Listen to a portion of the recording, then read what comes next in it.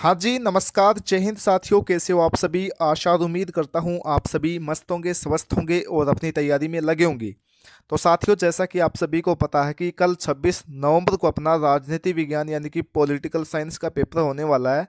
तो आज की इस वीडियो में हम अर्धवार्षिक परीक्षा 2023-24 की सेशन का पेपर देखेंगे, जो कि आपके लिए बहुत ही ज़्यादा इम्पोर्टेंट होने वाला है। और इस पेपर में से भी आपको क्वेश्चन है वो देखने को मिलेंगे। तो चलिए साथियों, स्टार्ट करते हैं आप सभी का बिना टाइम वेस्ट करते हुए। तो सबसे पहले तो आप सभी को पता है कि पेपर का सॉल्यूशन करने के लिए आपको 3.25 घंटे का समय दिया जाता है। पेपर आपको 17 मार्क्स का देखने को मिलेगा। तो सबसे पहले आपको खंड अ देखने को मिलता है और खंड अ के अंदर आपको एमसीक्यूज के क्वेश्चंस देखने को मिलेंगे। तो चलिए हम जल्दी जल्दी इन क्वेश्चनों को सोल्व कर लेते हैं और आपको अंतिम के अंदर बताऊंगा कि आप किस प्रकार से हिस्ट्री, ज्योग्राफी और पॉलिटिकल का क्वेश्चन बैंक ले सकते हो बिल्कुल फ्री में। तो चलिए साथियों आगे बढ़ते हैं। पहला क्वेश्चन यहाँ पर क्या कहता है कि सोवियत संघ के अंतिम राष्ट्रपति थे। कौन थे सोवियत संघ के साथियों अंतिम राष्ट्रपति? तो आप सभी को करना होगा Mikhail Gorbachev. Option number A बिल्कुल सही उत्तर यहाँ पर होने वाला है। और आप सभी को पता है बोरिस येल्सिन है वो साथियों रूस के प्रथम निर्वाचक राष्ट्रपति होने वाले हैं। अगले क्वेश्चन की बात करते हैं। सार्क का स्थापना वर्ष आपको बताना है। ठीक है, सार्क मतलब दक्षेश। इसकी स्थापना होती है साथियों 1985 में। ऑप्शन नंबर ए बिल्कुल सही उत्तर यहाँ पर हो जाएगा। और आप सभी को पता है इसके 8 सदस्य देश होने वाले हैं। अगले क्वेश्चन की बात करता हूँ। इनमें से खुले द्वार की नीति है वो किसने अपनाई थी? ठीक है, तो आप सभी को पता होना चाहिए कि खुले द्वार की नीति है वो चीन ने अपनाई थी। ऑप्शन नंबर ए बिल्कुल सही उत्तर हो जाएगा। कब अपनाई थी? 1978 के अंदर। ठीक है, ध्यान रखना। देंग श्याओपिंग उस समय चीन के राष्ट्रपति थे। निम्न में से खतरे का नया स्रोत है? तो आतंकवाद, निर्धनता, शरणार्थी समस्या, ये सभी। तो उपयुक्त सभी हो जाएगा यहाँ पर। ऑप्शन नंबर डी बिल्कुल सही उत्तर यहाँ पर हो जाएगा। अगले क्वेश्चन की बात करते हैं। वैश्वीकरण के बारे में कौन सा कथन है वो सही नहीं है? तो यहाँ पर सही उत्तर हो जाएगा साथियों ऑप्शन नंबर डी, यानी कि वैश्वीकरण एक बहुआयामी परिघटना है। ठीक है, आप सभी को पता है जब हम चैप्टर पढ़ते हैं तो पहली लाइन दी गई है। ऑप्शन नंबर डी बिल्कुल सही उत्तर हो जाएगा। अब आप सभी बिल्कुल फ्री में क्वेश्चन बैंक किस प्रकार से ले सकते हो? आपको मैसेज करना है 9079615773 व्हाट्सएप के ऊपर। आपको व्हाट्सएप इससे यूट्यूब चैनल को सब्सक्राइबर करके स्क्रीनशॉट आपको वहाँ पर भेज देना है। बिल्कुल फ्री में आपको question bank history, geography, political का मिलने वाला है। और आप सभी को सामने एक लिंक भी देखने को मिल रही होगी कमेंट सेक्शन के अंदर, वहाँ से आप सीधे डायरेक्ट व्हाट्सएप के ऊपर आ सकते हो। अगले क्वेश्चन की बात करते हैं। छठा क्वेश्चन यहाँ पर कहता है कि भारतीय जनसंघ के संस्थापक थे। तो कौन हो जाएगा साथियों? श्यामा प्रसाद मुखर्जी आप सभी को करना होगा। Option number B. ठीक है, कब करते हैं? 1951 के अंदर। ठीक है, 1951 के अंदर करते हैं। और आप सभी को पता है ये पहले जनता दल के अंदर शामिल होती है, फिर ये बीजेपी के अंदर शामिल होती है। तो ये आप सभी को करना होगा। इस क्वेश्चन का सही उत्तर इंपॉर्टेंट है, देखने को भी मिल सकता है। प्रथम पंचवर्षीय योजना में सर्वाधिक बल है वो किस पर दिया गया था? तो ये दिया गया था साथियों कृषि के ऊपर। ठीक है, कब से लेकर कब तक चलती है? 1951 से लेकर 56 तक चलती है। द्वितीय कब तक? द्वितीय चलती है 56 से लेकर 61 तक। ठीक है, ये ध्यान में रखना। और द्वितीय के अंदर बात करें साथियों उद्योगों पर बल दिया गया था। ठीक है, ये भी इम्पोर्टेंट है। और इसके साथियों योजनाकार कौन हो जाएंगे? तो के.एन. राज, ये आप सभी को ध्यान में रखना है। द्वितीय पंचवर्षीय योजना की योजनाकार कौन हो जाएंगे? पिस्सी महालनोबिस। ठीक है, ये आप सभी को ध्यान में रखना है, इंपॉर्टेंट है, आपको देखने को भी मिल सकते हैं एग्जाम के अंदर। पिस्सी कितने हैं? महल 9 और 20।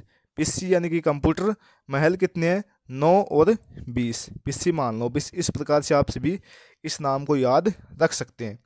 अगले क्वेश्चन की बात करते हैं। भारत में पहला परमाणु परीक्षण यानी कि कब किया गया था? ये आपसे पूछा जा रहा है। तो ये किया गया था साथियों 1974 के अंदर। ऑप्शन नंबर सी बिल्कुल सही उत्तर यहाँ पर हो जाएगा। कहाँ पर करते हैं? राजस्थान में, राजस्थान के जैसलमेर जिले में। ठीक है, पोखरण में। ठीक है, द्वितीय कब करते हैं? 1998 में। ठीक है, 98 कहाँ पर? पोखरण, राजस्थान, जैसलमेर में। ठीक है, और पाकिस्तान कब करता है? 1998 में। ये ध्यान में रखना, कहाँ पर? सगाई पहाड़ी के ऊपर। ये भी आप सभी को पता होना चाहिए। चीन कब करता है? 1964 के अंदर। ठीक है, तभी तो ये यूएनओ में शामिल हो जाता है। तो ये आप सभी को ध्यान में रखना है। अगले क्वेश्चन की बात करते हैं। अगला क्वेश्चन क्या कहता है कि संपूर्ण क्रांति का नारा है वो किसने दिया था? तो जयप्रकाश नारायण ने दिया था। ऑप्शन नंबर बी बिल्कुल सही उत्तर यहाँ पर हो जाएगा 1967 के आम चुनाव में। 10वां क्वेश्चन क्या कहता है कि संविधान के किस अनुच्छेद के तहत जम्मू कश्मीर को विशेष दर्जा वो प्रदान किया गया था? तो अनुच्छेद 370, आर्टिकल 370। ठीक है। अगले क्वेश्चन की बात करते हैं और 2019 में लागू होता है। ठीक है, ये भी ध्यान में रखना। 11वां क्वेश्चन क्या कहता है कि 1989 में राष्ट्रीय मोर्चा की सरकार के प्रधानमंत्री हैं वो कौन बनते हैं? इंपॉर्टेंट है, देखने को भी मिल सकता है। वीपी सिंह आप सभी को करना है। ऑप्शन नंबर सी बिल्कुल सही उत्तर यहाँ पर हो जाएगा। यहाँ से अपने रिक्त स्थान वाले क्वेश्चन स्टार्ट होते हैं। पहला क्वेश्चन यहाँ पर क्या कहता है कि भारत के चुनाव आयोग का गठन खालिस्तान में हुआ। तो कब होता है साथियों चुनाव आयोग का गठन? 1950 में। ठीक है, जनवरी 1950 आप सभी बता सकते हैं। इसके बाद 12वां क्वेश्चन क्या कहता है कि धरती का वायुमंडल, अंटार्कटिका, समुद्री सतह और बाहरी अंतरिक्ष को खालिस्तान में माना जाता है। तो इसके अंदर आप सभी क्या करेंगे? वैश्विक संपदा। ठीक है, वैश्विक संपदा। ठीक है, ये आपको लिखना होगा। अगले क्वेश्चन की बात करते हैं कि खालिस्तान देशों ने CWC संधि पर हस्ताक्षर किए तो कितने देश हो जाएंगे साथियों? 181 प्लस, ये लिखना है। 1967 में 5 देशों ने खालिस्तान घोषणा पत्र पर हस्ताक्षर कर आसियान की स्थापना की थी। कब होती है? 1967 में 8 अगस्त 1967 को आसियान की स्थापना होती है। ठीक है, और किस घोषणा पत्र के ऊपर? ये होती है साथियों बैंकॉक। ठीक है, ये आपको यहाँ पर लिखना होगा। 5 देश कौन कौन से हो जाएंगे वो बताता हूँ अभी। MSTIFIX। M से हो जाएगा मलेशिया, S से सिंगापुर, T से थाईलैंड, I से इंडोनेशिया, F से फिलीपींस और ये I ऐसे ही है। ठीक है, मस्तिफिक्स आप सभी को नाम ध्यान में रखना है। अगले क्वेश्चन की बात करते हैं कि प्रथम आम चुनाव में भारतीय कम्युनिस्ट पार्टी को खालिस्तान सीटें मिली। तो कितनी सीटें मिलती है साथियों प्रथम आम चुनाव में? तो आप सभी को करना होगा 16 सीटें। 16वां क्वेश्चन कहता है कि खालिस्तान के दशक में पर्यावरण के मसले पर दशक से पर्यावरण के मसले ने जोर पकड़ा। तो 1960 आप सभी को करना है। सन खालिस्तान में आतंकवादियों ने अमेरिका के वर्ल्ड ट्रेड सेंटर पर हमला बोला। 2001 आप सभी को यहाँ पर करना है। खालिस्तान 2001 में विश्व व्यापार संगठन में शामिल हो गया। तो यहाँ पर आप सभी को करना है चीन। ठीक है, ये आप लिखेंगे। अब देखिए यहाँ से अपने अति लघु उत्तरात्मक क्वेश्चन देखने को मिलते हैं। 19वां क्वेश्चन कहता है कि बर्लिन की दीवार है वो कब खड़ी की गई? ठीक है, तो आप सभी को पता है 1961 में खड़ी की गई थी। गिराई कब? 1989 में। कितने किलोमीटर लंबी थी? 150 किलोमीटर लंबी थी। किसने गिराई? सोवियत संघ। सोवियत संघ यानी कि पूर्वी खेमे वाले देश। ठीक है, पूर्वी खेमा भी देखने को आपको मिल सकता है। तो ये आप सभी को यहाँ पर लिखना होगा। अगले क्वेश्चन की बात करते हैं। 20वां क्वेश्चन यहाँ पर कहता है कि सन 1971 के आम चुनाव में कांग्रेस ने कौन सा नारा दिया था? तो ये देते हैं साथियों, कौन सा नारा देते हैं? गरीबी हटाओ का, गरीबी हटाओ। ठीक है, और जो विपक्ष था उस समय उसने दिया था इंदिरा हटाओ, इंदिरा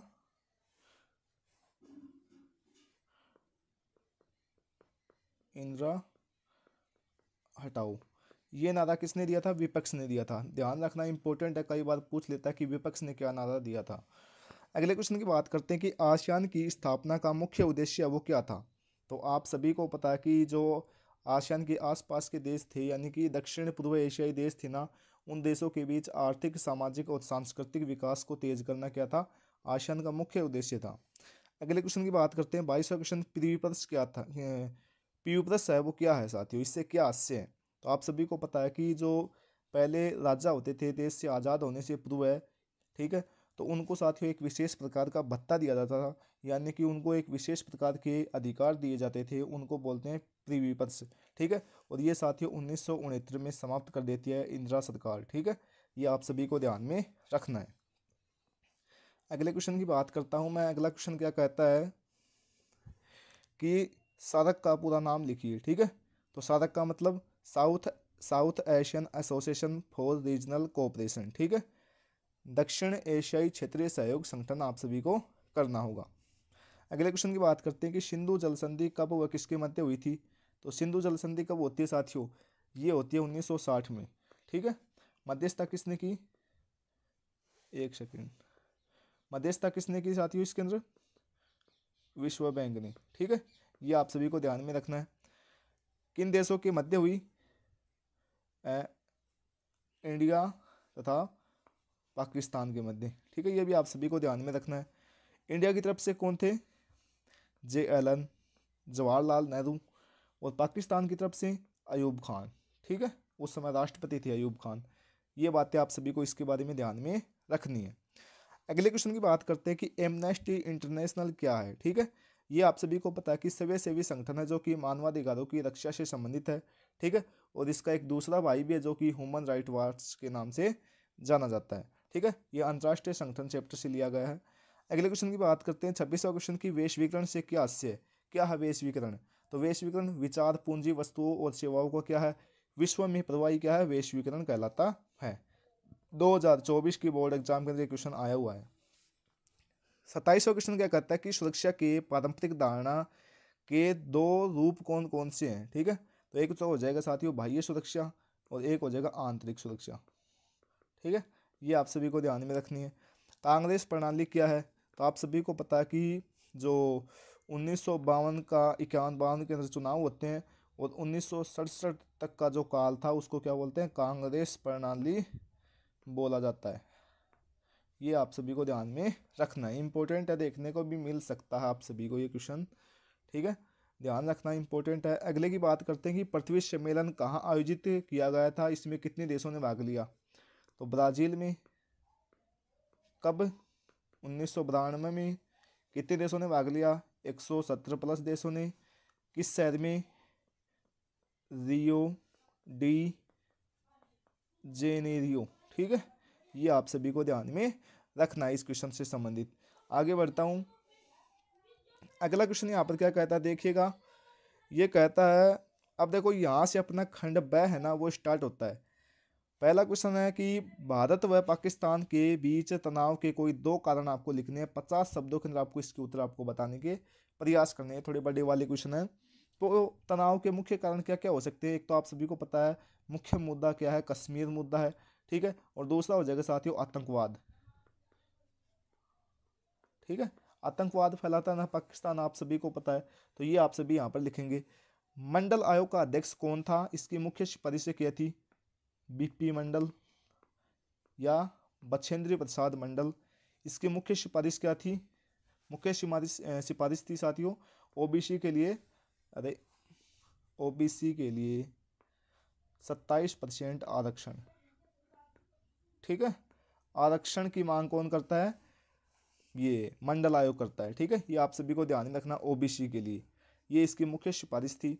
मार्शल योजना क्या थी, ठीक है, तो 1948 और 50 के बीच में, यानी कि आप सभी को पता है कि जो सेकंड वार कब हुआ था, वर्ल्ड वार 1945 में होता है। तो 45 से 48 और 50 के बीच में अफ्रीका और यूरोप के अंदर कुछ नए देश उभरे थे। उनके लिए साथियों यूएसए था, उसने कुछ वित्तीय सहायता की थी इन देशों की, तो उसी को क्या बोलते हैं, मार्शल योजना के नाम से जाना जाता है। ठीक है, ये आप सभी को ध्यान में रखना है।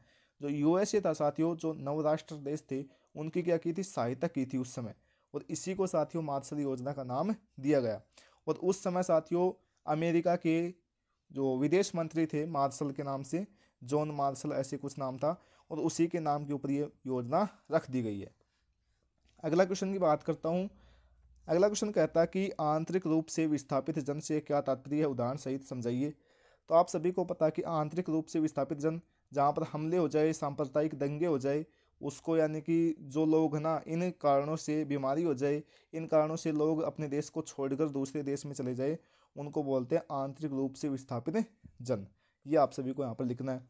अगले क्वेश्चन की बात करते हैं कि भारत में सन 1975 में आपातकाल लागू होने के कोई दो कारण आप सभी को बताने हैं। तो एक तो हो जाएगा साथियों आर्थिक संकट। ठीक है, उस समय आर्थिक संकट में घूम रहा था देश। एक आप सभी को पता कि जनता ने बहुत सारे आंदोलन कर दिए थे, सांप्रदायिक दंगे हो चुके थे। ठीक है, एक चुनावी के न्यायिक चुनौती होने लगी थी। ठीक है, आप सभी को पता कि इलाहाबाद हाई कोर्ट ने इंदिरा गांधी के विपक्ष में बताया था कुछ। ठीक है, तो ये आप सभी को यहाँ पर इसके संबंधित बातें लिखनी है। साप्टा क्या है, संक्षेप में आप सभी को बताने हैं, थोड़े बड़े क्वेश्चन है। क्योटो प्रोटोकॉल क्या है ये आप सभी को बताना, संक्षिप्त टिप्पणी लिखिए। ठीक है, मैं यहाँ पर सीधे आगे क्वेश्चनों की बात करूँगा।